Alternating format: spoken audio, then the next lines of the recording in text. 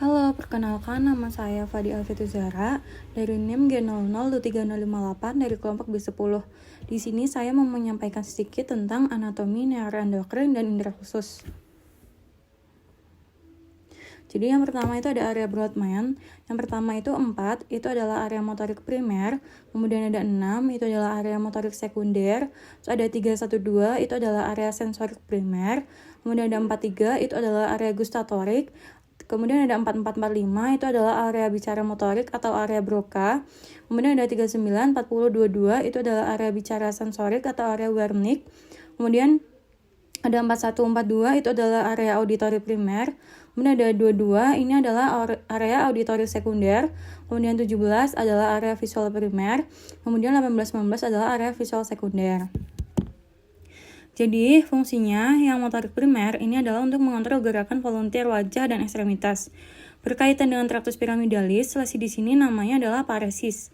Kemudian ada motorik sekunder, dia itu untuk mengendalikan gerakan volunteer. Berkaitan dengan traktus ekstrapiramidalis, lesi di sini namanya adalah apraksia. Misalnya, otot manus kontraksi untuk menggenggam gelas atau motorik primer. Gelasnya ini dia itu tidak jatuh bila kontraksi otot manus dapat dipertahankan atau motorik sekunder.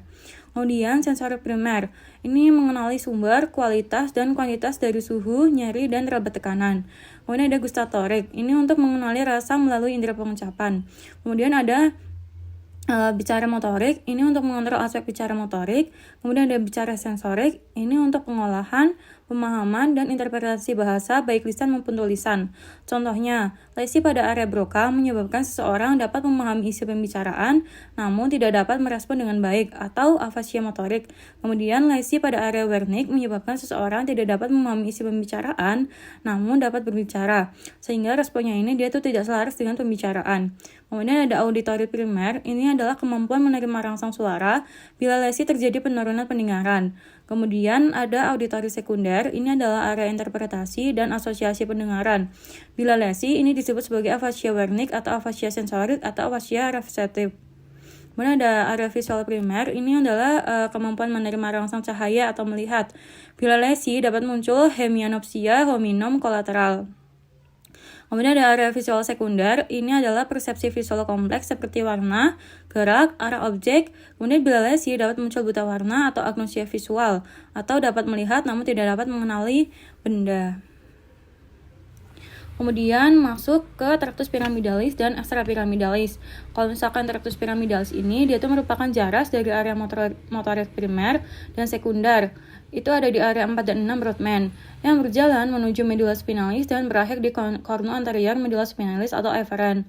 Kalau misalkan traktus ekstrapiramidalis ini, dia tuh fungsinya sebagai pengendali aktivitas motorik yang dicetuskan oleh korteks motorik cerebri dan traktus piramidalis. Di traktus piramidalis, ini saat melewati decussatio piramidalis, terdapat serabut yang menyilang ke arah kontralateral yang disebut sebagai traktus corticospinalis. Kemudian yang tidak menyilangnya ini namanya traktus corticospinalis anterior. Kemudian di traktus ekstrapiramidalis ini terdiri dari yang pertama itu ada traktus vestibulospinal, ini sebagai keseimbangan dan tonus otot. Kemudian ada traktus reticulospinalis ventrolateral, ini berasal dari pons. Kemudian ada traktus reticulospinalis lateralis, ini berasal dari medula oblongata. Kemudian ada traktus tacticospinalis, ini berasal dari mesencephalon menuju ke medula spinalis. Pada neonatus, sistem ekstrapiramidalis ini dia tuh belum berkembang sempurna. Salah satunya efeknya. Otot tangan bayi bisa berkontraksi, namun bayi belum bisa menggenggam benda dengan baik. Kemudian masuk ke encephalon. Encephalon sendiri ini dibagi menjadi 3, ada prosencephalon yang terdiri dari telencephalon dan diencephalon. Kemudian ada mesencephalon itu atau midbrain, kemudian ada rhombencephalon, itu ada cerebellum, pons, medula oblongata. Kemudian ada cerebrum. Cerebrum sendiri ini adalah bagian encephalon yang terbesar.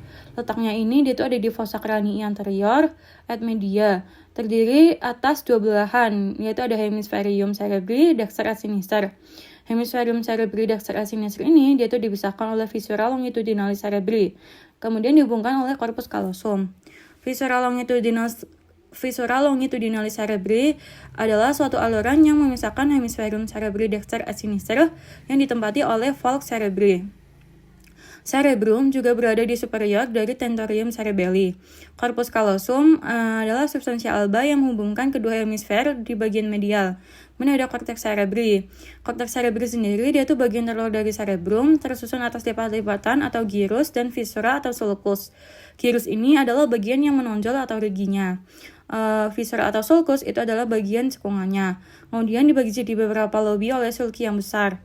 Kemudian cortex cerebri yang lobi itu terdiri dari lobus frontalis, lobus parietalis, lobus temporalis, lobus occipitalis, lobus limbicus, lobus insul. Lobus limbicus terutama tersusun atas gyrus cinguli dan gyrus parahipokampalis beserta uncus, mengelilingi corpus callosum dan diencephalon lobus insulae. Lobus insulae terletak tersembunyi di dasar viscera lateralis cerebri serta tertutup oleh gyrus frontalis inferior. Kemudian masuk ke medulla spinalis. Medulla spinalis sendiri itu adalah sumsum tulang belakang. Bisa dikenal sebagai sumsum tulang belakang. Ini adalah struktur tubular yang terdiri dari jaringan syaraf yang memanjang dari batang otak dan berlanjut ke distal sebelum meruncing di daerah toraks bawah atau lumbar atas sebagai konus medularis. Medulla spinalis ditambatkan di bagian distal oleh filum terminale, perpanjangan fibrosa dari pia mater yang mengikat sumsum tulang belakang ke tulang ekor. Kemudian yang melindungi sumsum tulang belakang adalah cairan cerebrospinal atau CSF di sekitarnya. Kemudian membran jaringan lunak pendukung dan meningen serta tulang-tulang belakang. Kemudian di medulla spinalis ini dia tuh ada struktur eksterna dan interna. Yang struktur eksterna ini dia tuh terdiri dari viscera mediana anterior, sulcus mediana posterior, sulcus anterolateralis, ini adalah tempat keluarnya radix anterior atau radix efferens atau radix motorik. Kemudian ada sulcus posterolateralis, ini adalah tempat keluarnya radix posterior atau radix efferens atau radix sensorik. Kemudian ada struktur interna dari medulla spinalis. Substansia alba ini ada substansia alba. Ini warnanya tuh putih karena isinya adalah serabut syaraf yang terselubung mielin. Kemudian ada substansia alba ini dia tuh bakal dibagi jadi 3, yaitu ada funiculus anterior, kemudian ada funiculus lateralis, funiculus posterior. Kemudian ada substansia grisea. Substansia grisea ini dia tuh yang warnanya abu-abu karena didominasi oleh badan sel syaraf. Di tengahnya ini dia tuh terdapat kanalis centralis yang nantinya akan terisi LCS hingga ke ventriculus terminale. Pembesaran pada medulla spinalis ada 2, yaitu ada intumescentia cervicalis itu di C3 sampai T2, itu pembesaran klimaks di C6. Kemudian ada intumescentia lumbalis itu di T10 sampai L2. Kemudian pembesaran klimaksnya di T12. Kemudian ada conus medularis, ini adalah ujung inferior dari medulla spinalis yang membentuk kerucut. Kemudian ada cauda equina, itu adalah struktur buntut pada radicus lumbalis et sacralis. Kemudian ada nervi craniales.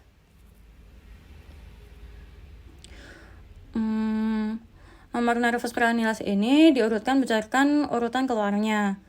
Yang 1, 2 itu adalah yang 12 itu adalah encephalon.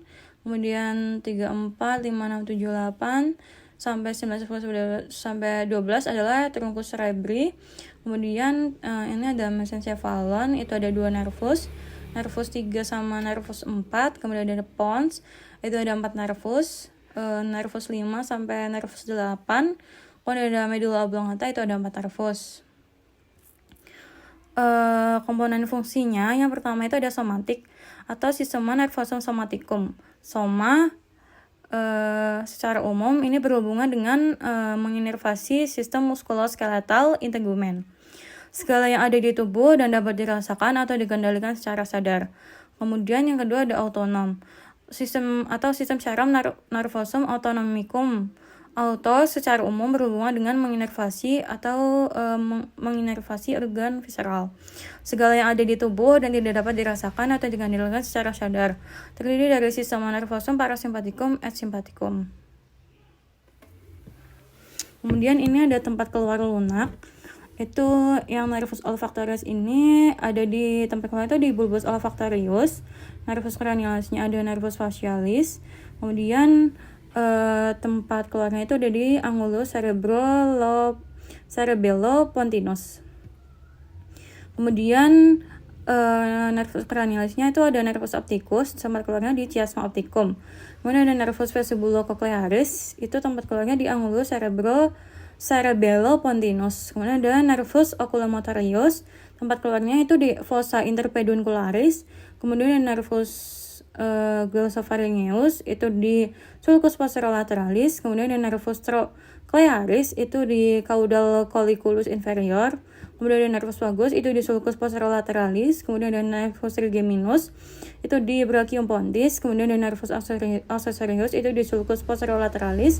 Kemudian ada nervus abducens, itu di sulcus pulbopontinus. Kemudian ada nervus hypoglossal, itu di sulcus anterolaterales. Kemudian ini tempat keluar yang keras. Kalau nervus olfactoris itu dia cerebrum, tempat keluarnya itu di cortex olfactoris medialis et lateralis. Kemudian ini adalah tempat keluarnya yang keras. Kemudian langsung saja masuk ke circulus arteriosus willis. Jadi circulus arteriosus willis ini, atau yang disebut sebagai cewek, ini adalah merupakan saluran anastomosis poligonal di dasar otak yang menyatukan sistem karotis interna dan sistem vestibulo-basilar. Ini mempertahankan pasokan yang stabil dan konstan ke otak. Otak hanya menyumbang 2% dari berat badan, tapi membutuhkan 25% dari oksigen yang terkandung dalam setiap nafas. Otak sangat rentan terhadap kekurangan oksigen dan suplai darah. Suplai darah ke otak disediakan oleh sepasang dua pembuluh darah, arteri carotis interna dan arteri vertebralis. Kedua arteri ini mencapai dasar otak dan membentuk saluran arteri melingkar yang disebut sebagai circulus arteriosus. Circulus arteriosus pertama kali diselidiki oleh ilmuwan Thomas Willis pada tahun 1962. Selanjutnya disebut juga sebagai lingkaran Willis atau CW.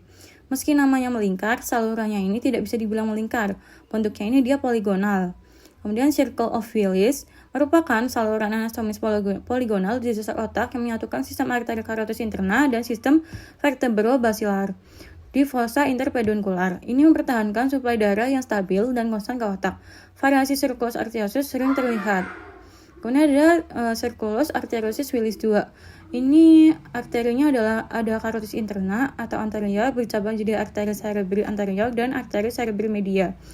Dua arteri vertebralis atau posterior ini bakal bersatu jadi arteri basilaris, memvaskularisasi trunkus cerebri, kemudian bercabang menjadi arteri cerebri posterior. Kemudian dua arteri cerebri anterior ini dihubungkan oleh arteri komunikas anterior. Arteri cerebri posterior dan arteri cerebri media dihubungkan oleh arteri komunika posterior. Kemudian ada perjalanan dari media refrakta sampai ke otak. Ini adalah jalur penglihatan dari perjalanan sinar melalui anatomi media refrakta hingga ke otak. Jadi yang pertama tuh di kornea, cahaya pertama kali bakal memasuki mata melalui kornea. Lapisan jernih ini di depan mata yang bertanggung jawab atas refraksi pembiasan cahaya. Kemudian masuk ke lens. Kemudian cahaya ini bakal melewati lens yang dapat menghubungkan bentuknya untuk menyesuaikan fokus cahaya pada retina di belakang mata. Cahaya kemudian mencapai retina, lapisan dalam mata yang mengandung sel-sel fotosensorik seperti batang dan kerucut. Sel-sel ini menangkap cahaya dan mengubahnya menjadi sinyal listrik. Kemudian, sinyal listrik dari sel-sel fotosensorik di retina kemudian diubah menjadi serat-serat syaraf dan membentuk syaraf optik. Setelah keluar dari mata, sebagian besar serat syaraf optik dari kedua mata saling bersilangan di chiasma optik. Sebagian kecil serat syaraf tetap tidak bersilangan. Setelah chiasma optik, serat-serat syaraf optik yang tidak bersilangan membentuk traktus optik, membawa sinyal dari setiap mata ke sisi yang sesuai dengan otak. Di talamus, sebagian besar sinyal visual diteruskan ke nukleus geniculatum lateralis atau NGL, inti yang terletak di dalam talamus. Di NGL, sinyal visual mengalami pemrosesan awal sebelum dikirim ke korteks visual primer.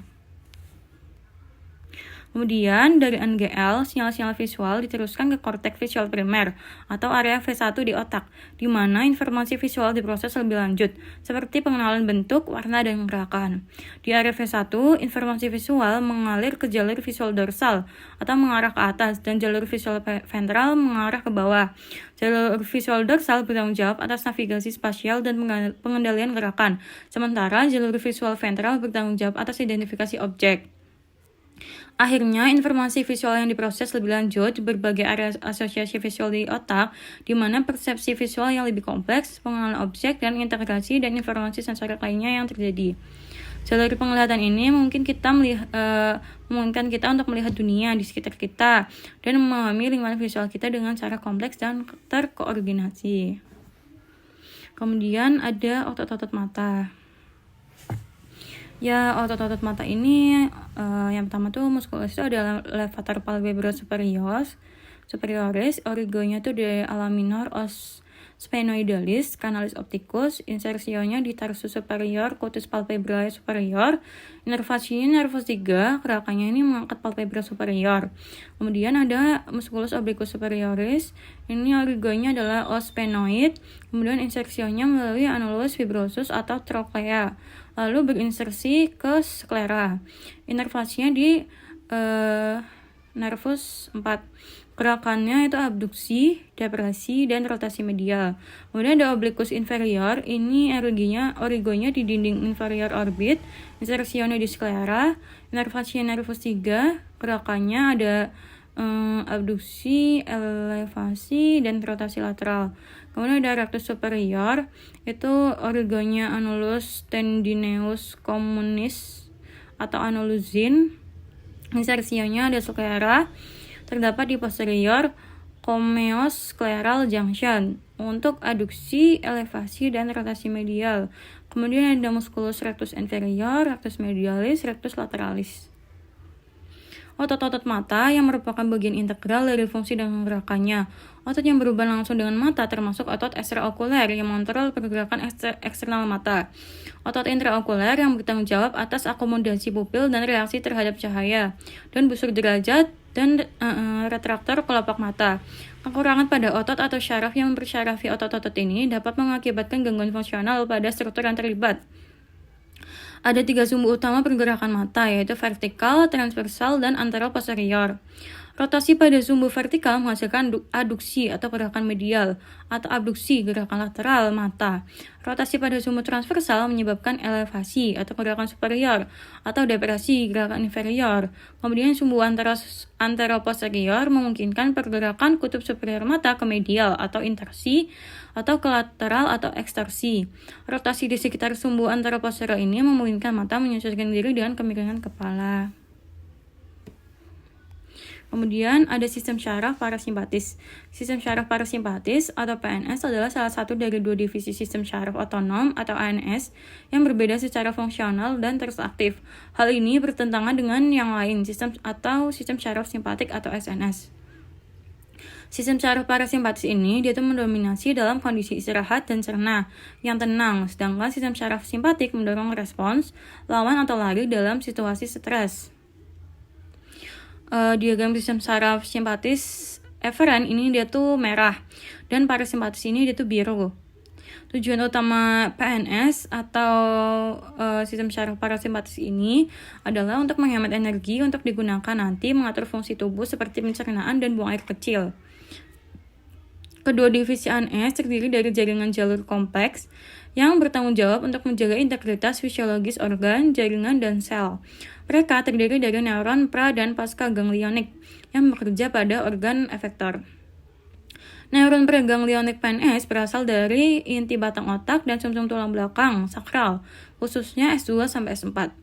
Akson neuron PNS preganglionik ini itu jauh lebih panjang dibandingkan dengan akson SNS yang bersinaps dengan neuro postganglionik di ganglia pada atau dekat dengan efektor. Akson postganglionik yang sangat pendek kemudian menyampaikan sinyal ke sel-sel organ efektor. PNS menggunakan asetilkolin sebagai neurotransmitternya untuk neuron pra dan pasca ganglionik yang mengaktifkan reseptor muskarinik. Hal ini berbeda dengan SNS yang menggunakan norepinefrin yang bekerja pada reseptor adrenergik sebagai neurotransmitter utama, sebagian besar neuropostganglionik. Kemudian ada sistem syaraf simpatis. Sistem syaraf otonom simpatik atau SANS adalah salah satu dari dua divisi sistem syaraf otonom atau ANS bersama dengan sistem syaraf parasimpatis atau PANS. Sistem ini terutama bekerja secara tidak sadar dengan cara yang berlawanan untuk mengatur banyak fungsi dan bagian tubuh. Secara sehari-hari, SANS mengatur respons atau pertarungan atau lari. Efek akhir keseluruhan utama dari SANS adalah mempersiapkan tubuh untuk aktivitas fisik. Reaksi seluruh tubuh yang memengaruhi banyak sistem organ di seluruh tubuh untuk memengaruhi darah kaya, oksigen ke area tubuh yang dibutuhkan selama permintaan fisik yang intens. Sistem syaraf simpatik terdiri dari banyak jalur yang melakukan berbagai fungsi pada berbagai sistem organ. Neuropreganglionik dari SANS muncul dari daerah toraks dan lumbar dari sumsum tulang belakang, T1 hingga L2. Dengan badan sel didistribusikan 4 daerah materi abu-abu di sumsum tulang belakang secara bilateral dan simetris. Fungsi sistem syaraf simpatik bersifat ekspansif dan melibatkan banyak sistem organ dan berbagai jenis reseptor adrenergik. Kemudian ada modalitas syaraf kranial. Modalitas syaraf kranial mengacu pada fungsi-fungsi khusus yang diatur oleh syaraf-syaraf kranial, yaitu kumpulan 12 pasang syaraf yang berasal dari otak dan batang otak. Setiap pasangan syaraf kranial bertanggung jawab atas fungsi-fungsi tertentu yang berkaitan dengan indera, motorik, dan sensorik di bagian kepala, leher, dan bagian atas badan. Ini ada beberapa contoh modalitas syaraf kranial. Yang pertama itu ada visual atau syaraf optik. Dia tuh membawa informasi visual dari mata ke otak untuk penglihatan visual. Kemudian ada olfaktori atau syaraf olfaktori. Dia tuh mengatur indera penciuman dan membawa informasi penciuman dari hidung ke otak. Kemudian ada auditif, itu adalah syaraf vestibulokoklear. Itu nervo adalah nomor 8 itu mengatur pendengaran dan keseimbangan membawa informasi dari telinga ke otak. Kemudian ada gustatore, itu adalah syaraf facialis yang ke-7 dan syaraf glossopharyngeus ke-9. Ini untuk mengatur indera pengucapan dan membawa informasi dari lidah ke otak. Kemudian ada sensorik dan motorik pada wajah, itu adalah syaraf trigeminal, itu 5, dan syaraf facialis, itu 7. Itu menyediakan sensasi sensorik untuk wajah dan mengontrol sebagian besar otot-otot wajah. Kemudian ada motorik pada mata, itu adalah syaraf okulomotor, itu 3. Kemudian ada troklear, itu 4, dan abdusen, itu 6. Dia tuh untuk mengendalikan gerakan mata seperti menggerakkan bola mata dan mengontrol pupil. Kemudian ada sensorik pada lidah dan motorik pada tenggorokan. Itu syaraf glossopharyngeus, itu 9, dan syaraf vagus 10. Itu untuk mengatur indera pengucapan di bagian belakang lidah dan berkontribusi pada gerakan tenggorokan. Modalitas syaraf kranial menjadi penting karena memungkinkan kita untuk mendeteksi rangsang lingkungan, meresponnya, dan mengkoordinasikan berbagai fungsi penting di kepala dan leher. Gangguan pada fungsi syaraf kranial dapat mengakibatkan berbagai masalah kesehatan dan gangguan di dalam fungsi sensorik, motorik, atau otonim. Kemudian mungkin sekian dari saya, kurang lebihnya mohon maaf. Apabila masih banyak kekurangan, saya mohon maaf. Terima kasih.